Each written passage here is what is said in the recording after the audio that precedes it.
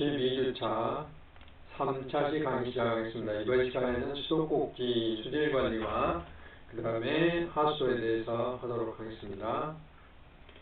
광주의 상수원에 대해서 앞에서 상수원의 일반적인 사항을 설명을 드렸는데, 이제 광주의 경우에는 상수원이 크게 영산강수계와 섬진강수계로 나눌 수 있는데, 주로 이제 광주는 여기가 좀 섬진강이죠. 섬진강이 이렇게 흐르죠. 섬진강댐이 그 정읍, 임실 이런 쪽에 있잖아요. 오수천 있는 쪽이 남원이고, 그 다음에 이제 여기가 구례 곡성 쪽입니다. 여기가 압록이라는 데인데, 압록이라는 데서 이렇게 쭉 올라가다 보면 보성강이 나옵니다. 보성강이 나오고, 그 보성강의 하류 쪽에 주암댐이 위치하고 있어요. 보성강의 지류가 동복천이 있는데, 이 동복천의 하류에 동복호가 위치하고 있어요. 그래서 주암댐과 동복댐이 전부 다 섬진강 수계의 지류에 이렇게 위치하고 있죠. 우리나라에서 가장 깨끗한 이 섬진강 수계의 물을 가져다가, 이제 여기가 광주 시내죠. 정차에 걸려서 우리 시민들이 사용을 하고, 버릴 때는 광주천에 버리게 되는 거죠. 이 영산강의 지류인 광주천에 버리게 되는 것이죠. 그래서 섬진강의 물을 사용을 하고, 우리가 버릴 때 광주천에 버리기 때문에, 물론 하수처리를 해서 버리게 되지만, 우리는 주로 이제 그 일방적인 두 강을 이렇게 연결을 해 놓은 것이죠. 그리고 또 이제 여기 있는 주암호 물은 깨끗한 물을 그대로 원수를 광주천 상류에 지금도 방류를 하고 있어요. 제가 어제도 가보니까 방류를 하고 있는데, 영산강과 광주천의 그 수지를 정화하기 위해서 1급수 물을 이렇게 방류를 하고 있습니다. 이렇게 이제 광주의 상수원은 주로 이렇게 동복호와 주암호와 같은 이런 섬진강 수계의 물을 공급받고 있다 하고 이제 말씀드릴 수가 있습니다.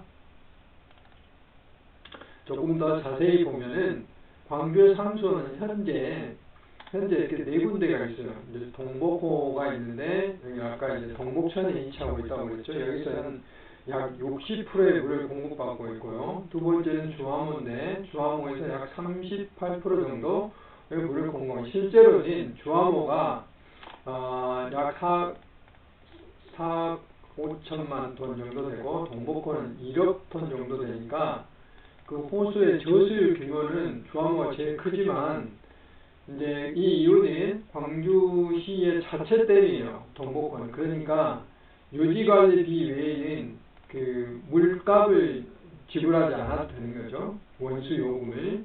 근데 주암호는 광역 상수원이에요.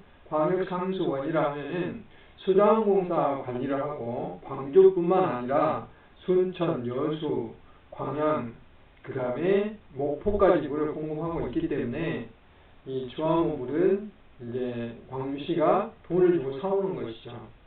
그래서 되도록이면 주암호 물을 적게 사용하고 동복호 물을 주로 사용하기 때문에 저수율이 적지만 동복호 물의 비율이 높습니다.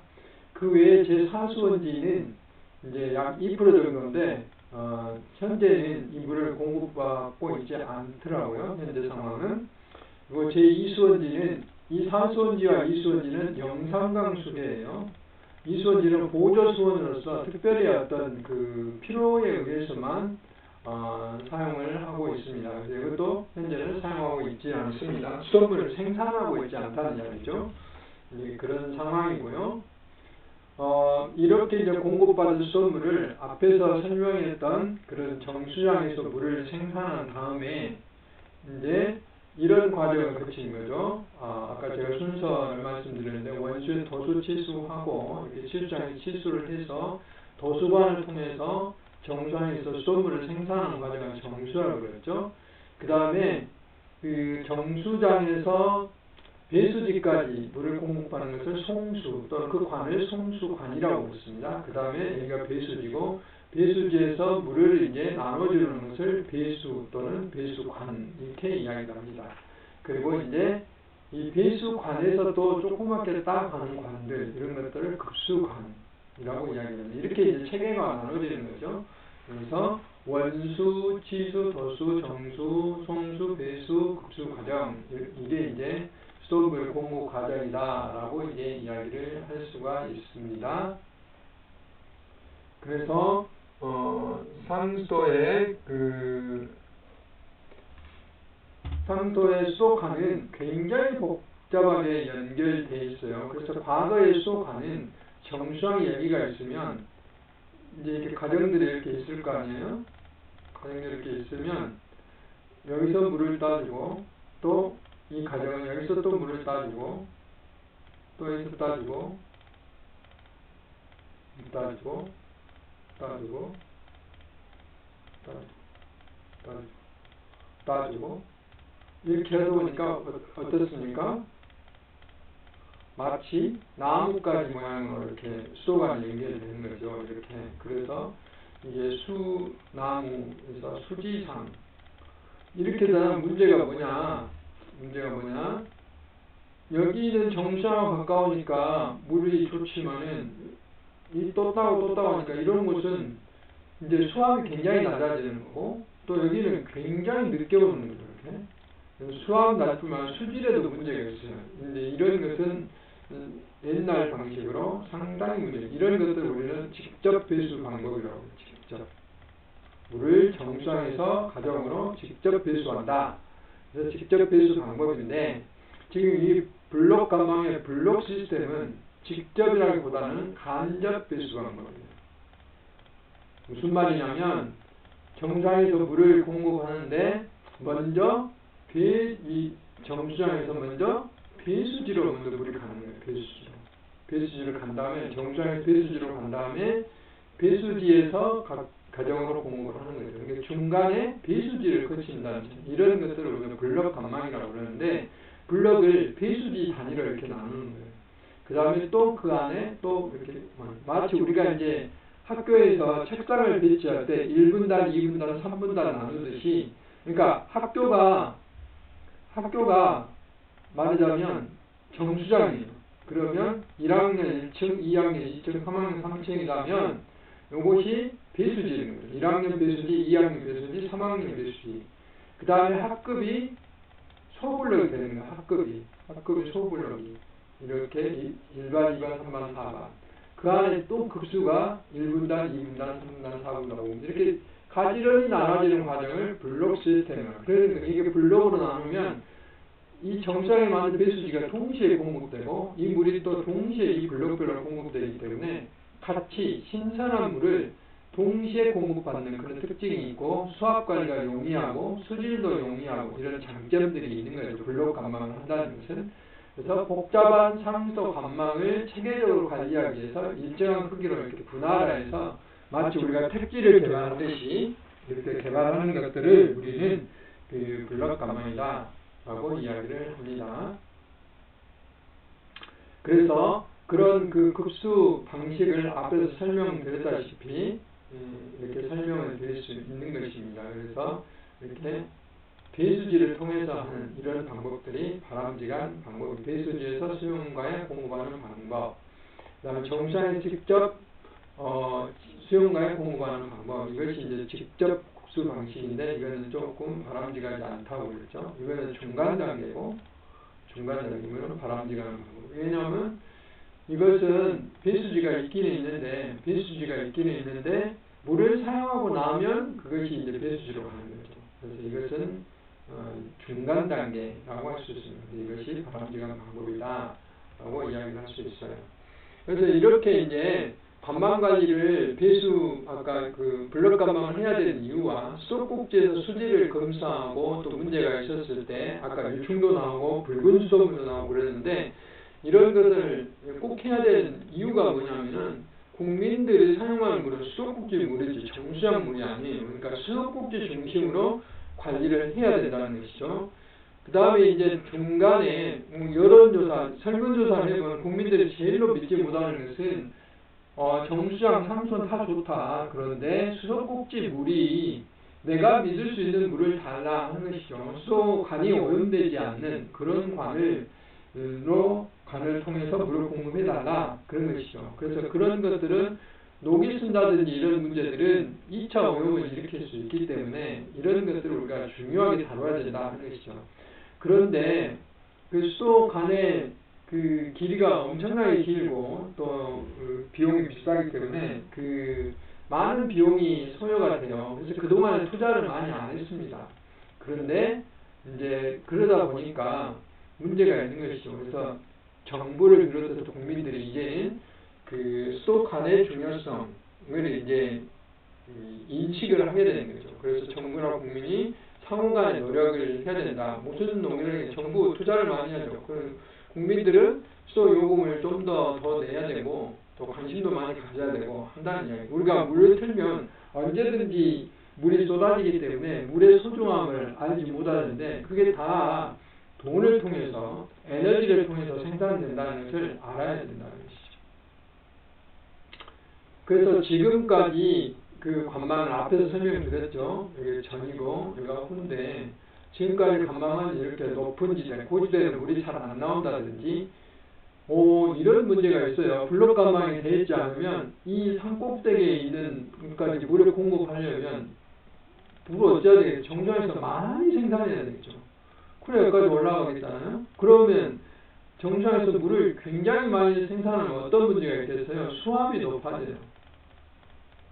수압이 높아지니까 위에까지 물을 올라가려면 모르겠지만 밑에 있는 집들은 수도관이 팡팡 터지는 거죠. 저지대는 수도관이 터지고 위에는 물이 올라가지 못하는 거예요. 새버리니까. 이런 문제가 있어요. 또 녹슨관이 발견돼도 어디가 녹슨지 잘 알 수가 없어요. 이런 문제들이 발생하는 거고 이렇게 아까 제가 수지상이라고 말씀드렸는데 복잡한 관들이 얽히고 설켜 있어서 관리가 쉽지 않은 것이죠. 이랬을 때는 이제 블록 관망을 또 관을 과지런히 정리를 하고 고지대에서도 물이 충분히 생산된 물이 전달될 수 있도록 여기다 펌핑을 달고 이제 여기에 가는 압력과 여기에 가는 압력이 별도로 관리되기 때문에 이게 충분히 고지대까지 적은 양을 생산하고서도 그러니까 충분히 물이 공급이 될 수 있는 이런 것들이 이제 현재의 상수 관망 준비다라고 이야기를 하실 수 있습니다. 그래서 이와 같이 물을 공급하기 위해서는 수돗물뿐만 아니라 물이 마시는 조건들이 충분히 이제 유지가 돼야 됩니다. 우리가 이제 일반적으로 먹는 물은 안전이 갖춰져야 돼요. 아까 미생물 이야기도 하고 바이러스 이야기도 하고 원생동물 크립토스포리즘 이야기도 했는데 이런 것들이 모두 다 안전해야 되는 거죠. 미생물 사람 건강을 해치면 안 되기 때문에 중금속도 들어있으면 안 되는 것이고 그 다음에 우리가 더 추구하는 것은 이제 건강한 물이에요. 물을 마심으로써 건강해지는 거죠. 그래서 여러분들이 미네랄이 들어있는 물도 사용하게 되는 거고 마트에 가서 물을 사 먹기도 하고 그런 건데 수돗물도 궁극적으로는 적당한 미네랄에 함유된 그런 물질들 그 다음에 적당한 온도 그 다음에 톡 쏘는 어떤 유리탄소 이런 거 냄새나 맛이 없는 이런 물들을 만들어내야 된다는 것이죠. 근데 수돗물에서 가장 어려운 것은 이 온도를 유지한다는 거죠. 여름철에는 지표수를 공부하기 때문에 여름철에는 미지근해지고 겨울철에 차가워지고 이런 문제가 있을 수 있는 것이죠. 실제로 이제 제가 비교를 해봤더니 그 마트에서 파는 먹는 샘물 온도 언제 측정한다는 광주 수돗물은 10에서 25도쯤 돼요. 우리가 좋은 적당히 사람이 마시기 좋은 수돗물은 한 15도 정도 됩니다. 카나다 같은 경우는 온도를 규제하기도 해요. 온도를 자꾸 차갑게 만들어서 보낼 방법은 없죠. 그렇지만 광주는 이제 상수원이 호소수이기 때문에 이렇게 깊은 곳에서 물을 빼서는 우물 효과 때문에 물이 열려서 시원할 수가 있죠. 그 다음 지하수 같은 경우는 유리탄산이 많이 들어있기 때문에 먹는 샘물은 좀 높은데 수돗물은 아예 측정을 하지 않습니다. 이건 해당이 없기 때문에 그 다음 물속에 산소가 얼마나 녹아져 있냐에 따라서 이거는 비슷하고요. 냄새 수돗물의 약점은 이제 소독을 얼마나 하냐에 따라서 최소한을 해서 소독냄새를 줄이는 게 중요하겠죠. 그 다음 물이 세냐 안 세냐 이런 것들은 나머지는 큰 차이가 없습니다. 이 소독하는 차이만 큰 문제인데 이건 이제 해결을 할 수 있는 여러 가지 방안들을 찾아야 되겠죠.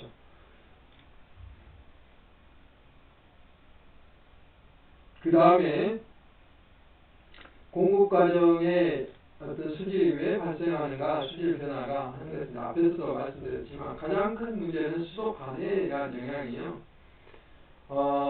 관에 대한 성분, 아까 이제 첫 번째 시간 1차 시에 제가 미국의 그 납중독에 대해서도 말씀을 드렸는데, 납도 마찬가지로 관성분들이 나오는 거죠. 관성분들이 영출돼서 나오는 거고, 또 노후가 되면 붉은 수돗물이 나오게 되는 거죠. 노후가 되면 이게 이제 철분이나 망간이나 이런 것 때문에 이렇게 되는 것이고, 수도 관에 대한 영향이 가장 크다고 할 수 있고요. 그 다음에 공급 방식이야 문제. 아까 제가 블록감망과 직접 고수와 간접 고수에 대한 이야기를 했는데, 관망이 오래된다든지 또는 관망이 너무 이렇게 얽히고 설켜 있으면 수질에도 문제가 되고 수압에도 문제가 될 수 있는 것이죠. 실제로 제가 경험한 어떤 경험 중에 하나는 그런 것들이 있었어요.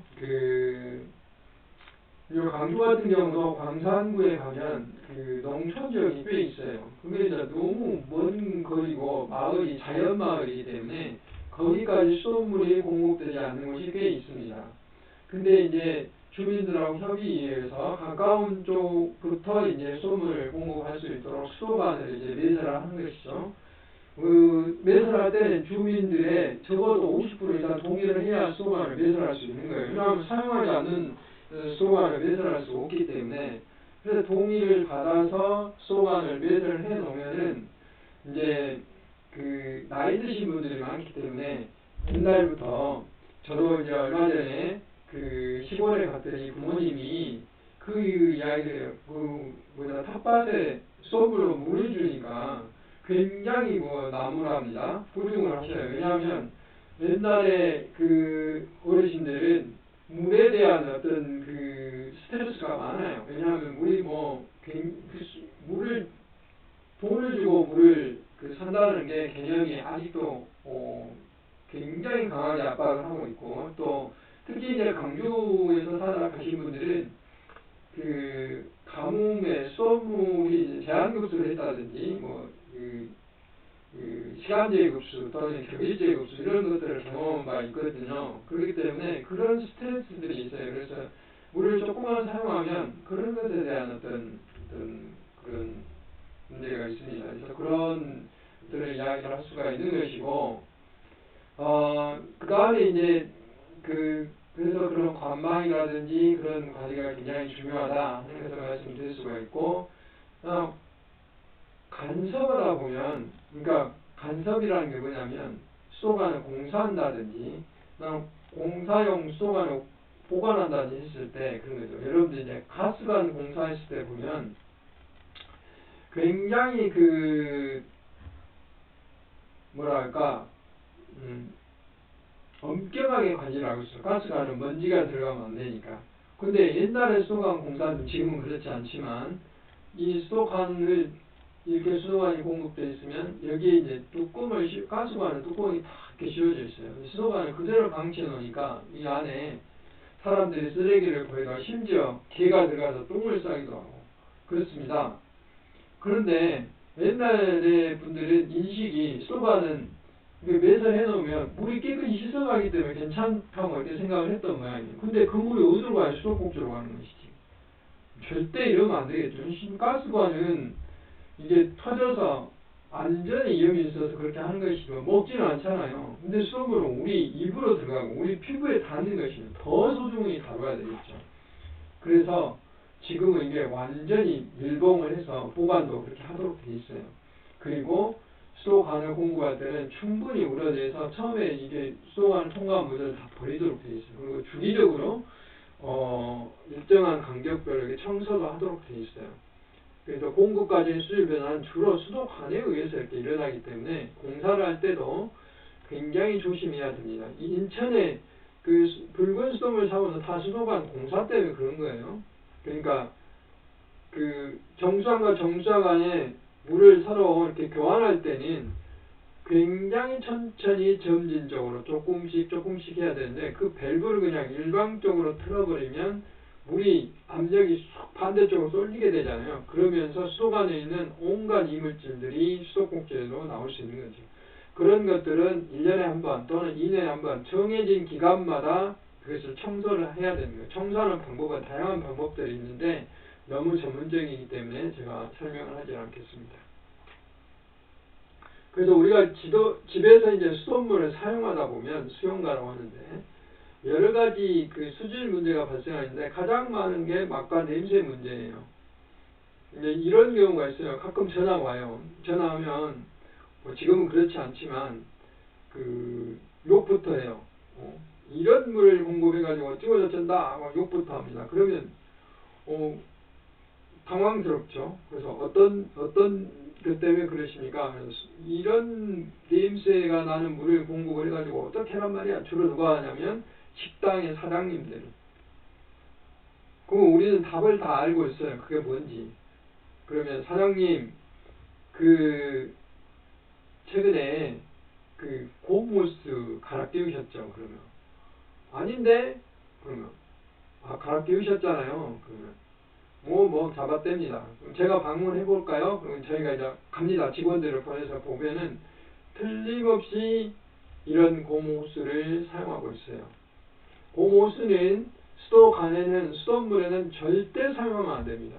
왜 그러냐면 이 고무호스를 만들 때 고무호스는 부드럽잖아요. 잘 말랑말랑하게 움직일 수 있도록 부드럽기 때문에 이 고무호스 안에는 페놀이라는 걸 넣고 이걸 가소제라고 그러는데 그 속에는 또 환경 호르몬도 굉장히 많이 들어있어요. 나중에 제가 환경 호르몬 강의도 할 텐데 이런 게 들어있어서 인체에 아주 안 좋고 그 다음에 페놀은 염소하고 반응하면 냄새가 한 10배 정도 더 커져요.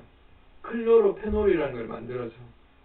그럴 때 냄새가 굉장히 많아요. 여러분들 시험해 볼 수 있어요. 여러분들 그 고무호스에 수돗물을 넣어놓고 옥상에다 방치해 보세요. 그러면 햇빛 속에서 뭐 한 20-30분? 아니면 10분만 있어도 냄새 굉장히 많이 납니다. 그런 새로운 호스를 갈아 끼워서 그 물로 밥을 하고 국을 끓이면 또 반찬을 만들면 냄새가 엄청나게 납니다. 화학약품 냄새가 나요. 약품 냄새가 납니다. 이렇게. 그래서 이것은 법으로도 금지되고 할 수 없도록 되어 있어요. 굳이 사용하시려면 식품용 실리콘제, 실리콘 호스가 있어요. 다소 비싸지만 그걸 사용하면 괜찮습니다. 그 모든 수돗물에 사용하는 상수도에 사용하는 수도관 또는 기기들은 전부 다 그 정부에서 말하는 어떤 기준을 통과해야 돼요. 수돗물을 사용하는 물하고 접촉하는 중금속이 나오면 안 되고 냄새 물질이 나오면 안 되잖아요. 그래서 엄격하게 관리를 하고 있어요. 이런데 금지를 했는데 그런다 이 말이죠. 그래서 절대 이런 걸 사용하면 안 된다는 것입니다. 지하수 같은 이런 농업용수에 사용해야 돼요. 지하수는 염소가 들어있지 않기 때문에 이게 반응을 하지 않습니다. 그래서 그렇습니다. 그런데 혹시라도 여러분들이 가정에서 이런 호스들은 절대 사용하면 안 됩니다. 이런 실리콘 제대의 호스를 사용해야 된다는 것이죠. 그 외에 뭐 하수구 냄새, 기름 냄새 뭐 이런 것들이 나올 수도 있는데 이제 이런 경우가 있어요. 굉장히 드물긴 하지만 화장실에 있는 변기에 있는 물들이 역류가 돼서 수도꼭지로 나오는 경우도 있어요. 실제로 있어요. 이런 경우는. 그런데 이런 경우는 역류 밸브라는 게 이제 요즘은 달려 있어서 이렇게 밸브가 달려 있어서 그럴 일은 없는데 그럴 수도 있다 하는 거죠. 옛날에 이런 그 변기 안에 청크린이라는 걸 넣어놓으면 이게 이제 수도꼭지에 나오는 경우도 있어요. 또 어떤 경우는 보일러 청소하는 어떤 물들이 그 수도꼭지에 나오는 이게 배관을 연결을 잘하면 잘 못하면 이런 문제가 나올 수도 있습니다. 그래서 이런 것들은 심지어 이런 경우도 있어요. 그 수도관 공사를 하신 분이 이 관과 이 관을 이렇게 연결하잖아요. 이게 이제 잘 이렇게 접촉이 안 되니까 여기에 세제, 소위 퐁퐁이라고 하는 그런 것들을 여기다 이제 발라가지고 이게 접촉을 한 다음에 여기를 이제 딱 이렇게 댐을 하는 경우가 있어요. 이런 경우에 거의 뭐 하루 동안 거품이 수돗물에 나올 수도 있어요. 심지어 이런 사례도 있을 수가 있습니다. 그래서 이런 민원들은 원인들을 자세히 따져볼 수가 있는 것이죠. 그 다음에 이제 이런 이물질 출수, 특히 유충이 출수됐다 하는 경우가 있는데, 이번에 이제 그 인천의 경우처럼 실제로 유충이 나오는 걸 깔다고 아래 나올 수도 있는데, 거의 대부분이 수도 안에서 나오는 게 아니라 외부에서 그 주변의 하천이라든지 우물에서 나와가지고 이게 날라와서 되는 경우에, 특히 이건 나방파이고 깔따구 알인데, 깔따구 알 같은 경우는 접신물만 받아놔도 여기에 알을 깔 수가 있어요. 실제로 이런 사례는 많고요. 제가 상담한 사례도 굉장히 많습니다. 여러분 대면 강의 같은 경우는 이런 거 제가 이제 상세히 설명을 할 텐데, 이 정도만 설명을 하고 넘어가겠습니다.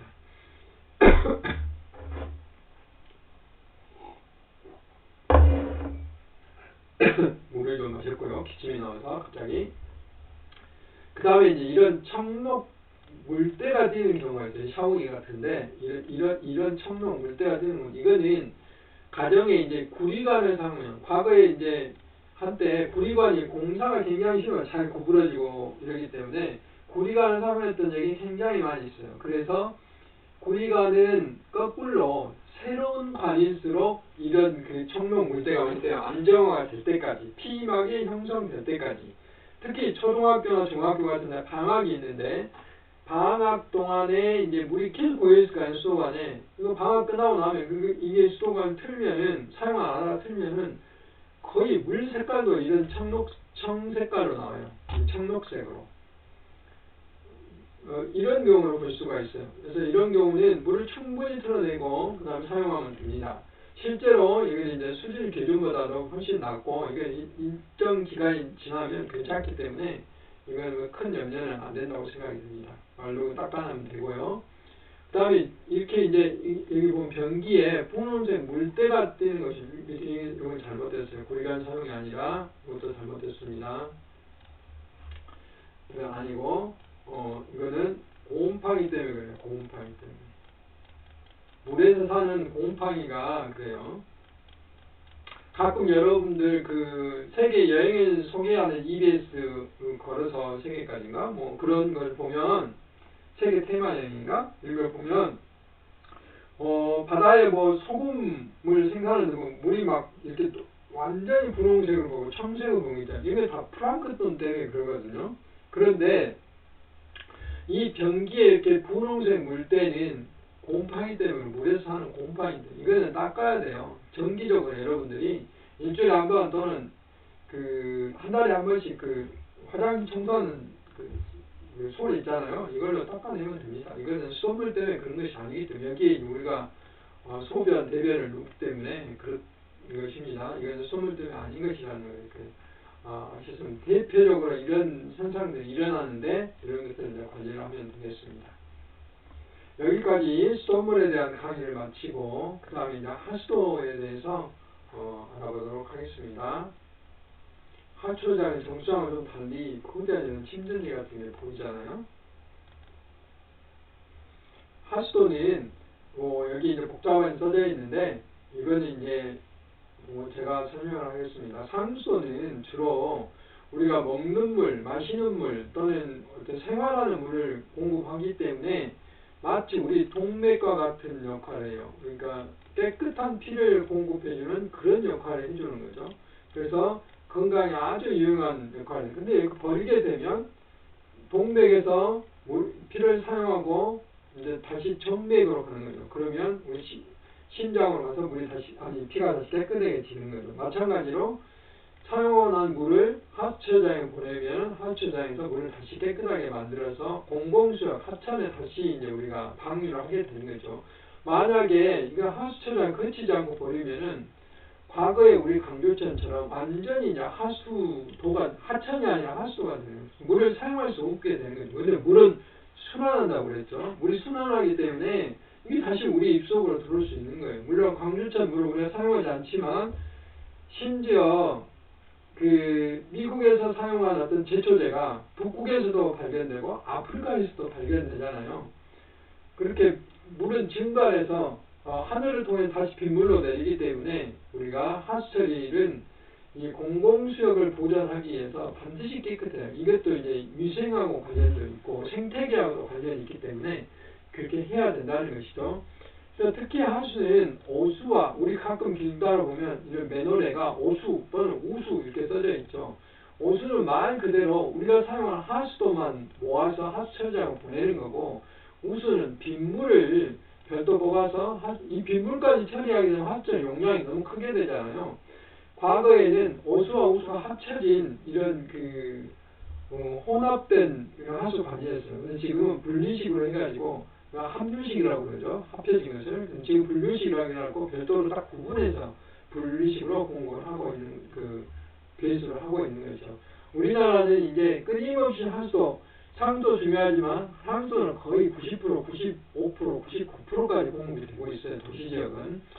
하수도도 끊임없이 해서 지금 93%까지 이제 공급이 돼 있어요.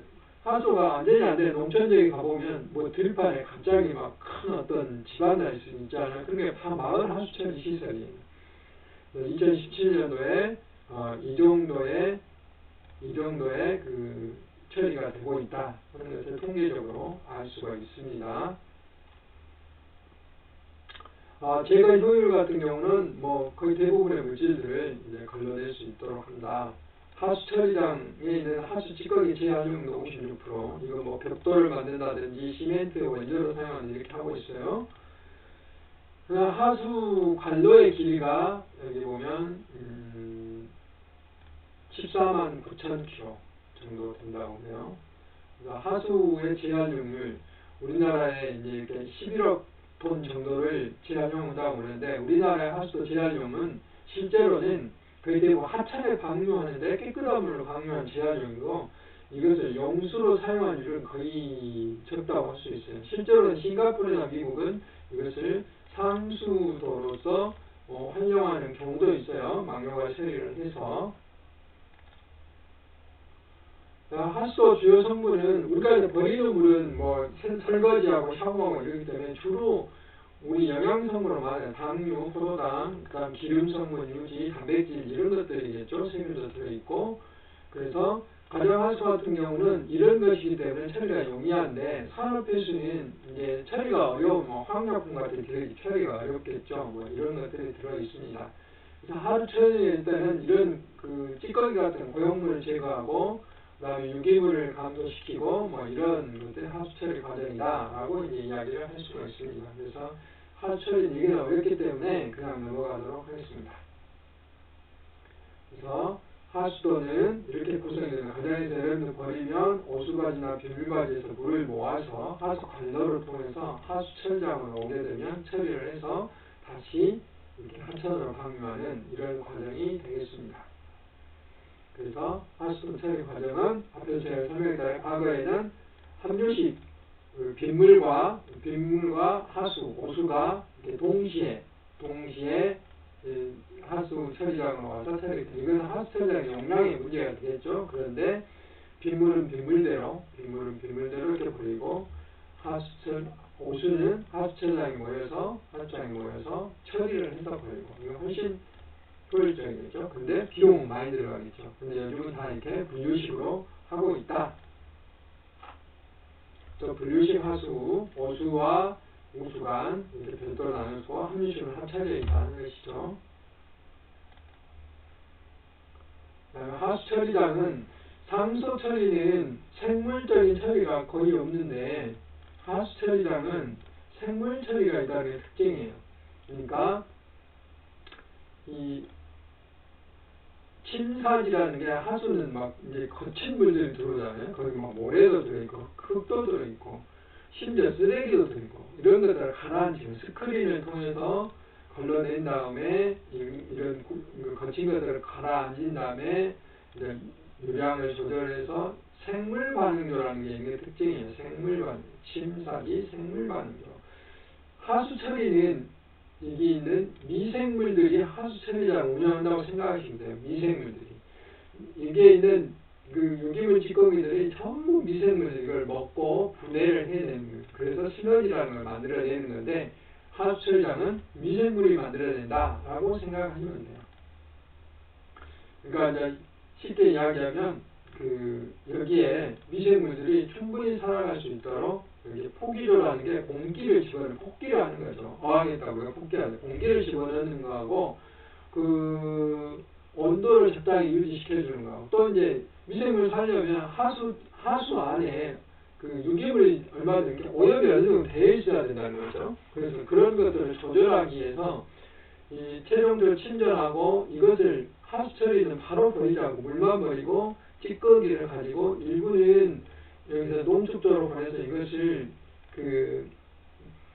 물을 짜가지고 버리는 탈수동이 있고 이것을 일부는 다시 또 이런 보내요. 왜냐하면 먹이 때문에 먹이가 넘쳐나면 안 되기 때문에 일정량의 먹이를 이렇게 줘야 되기 때문에 그래서 하수 처리의 기본인 이 미생물이 제대로 살 수 있도록 온도 유지, 먹이 조절, 산소 조절, 산소는 폭기로, 먹이는 분배도로, 온도는 이제 평상시에 하수는 온도가 좀 높습니다. 겨울철에 우리가 따뜻한 물을 사용하고 샤워를 하고 있고 그렇기 때문에 그런 하수 처리 과정의 전반적인 모습이에요. 이렇게 침전지, 단질도 많이 전반적인 모습인데 요즘은 마지막에 이렇게 약품 침전지라는 걸 사용해요. 이런 것을 고도 처리라고 하는데 이건 왜 하냐면 아무리 우리가 하수 처리장을 그동안 잘 사용을 했어도 계속 녹조가 발생해요. 원인을 알아봤더니 인 때문에 그러는데 이게 비료 성분이잖아요. 질소도 있는데 질소는 너무 처리도 어렵고 많기 때문에 질소를 놔두고 인을 주로 처리하는데 인을 처리하기 위해서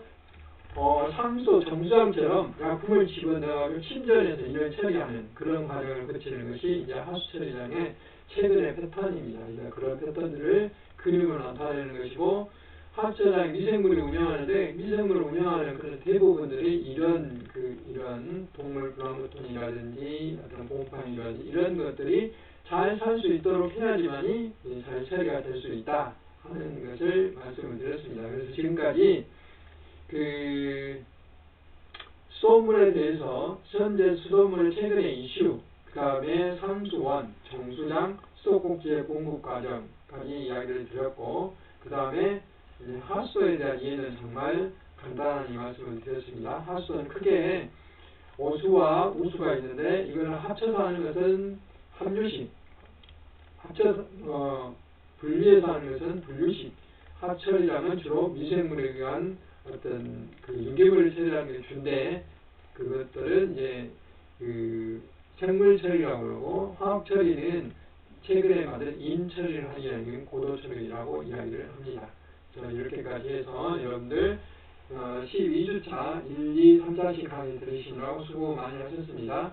기말고사가 가까워지는데요. 아직까지 기말고사 일정은 확정되지 않았습니다만은 아마 이제 확정되면 여러분들한테 다시 자세히 안내를 드리겠습니다. 쪽지라든지 강의 시간을 통해서 안내를 드리도록 하겠습니다. 네, 수고 많이 하셨습니다.